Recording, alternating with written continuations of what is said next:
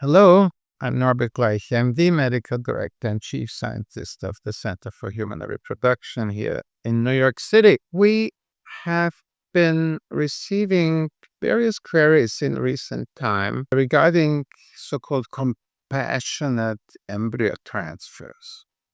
And I have to acknowledge it's kind of a somewhat strange concept, and it involves, I would say, often, if not primarily, religiously motivated patients who have completed their fertility journey, usually successfully, and end up still having embryos. And they have a hard time making a decision about what to do with the embryos, yet at the same time, they also obviously don't want to get pregnant again, since they have completed their families. And so what they then are asking us to do is a compassionate transfer, which is kind of a weird term, for performing an embryo transfer, which we in advance know will not lead to a pregnancy. That's really what it is.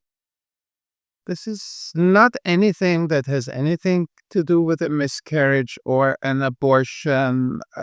We have heard all kinds of strange explanation of what the compassionate transfer is. A compassionate transfer just means that we are transferring an embryo into the mother at a time where we can be absolutely certain that this embryo will not implant, because it cannot implant, because in order for an embryo to implant, all the timing has to fit. In other words, it's much easier to find the time where it will not work than it is to find the right moment where it does work.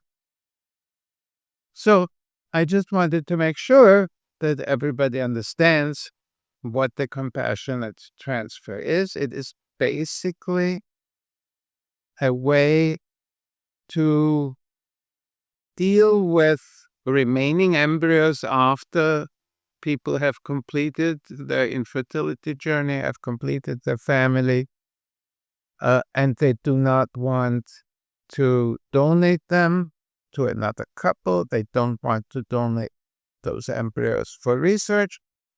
And they obviously don't want to simply have those embryos ethically disposed of.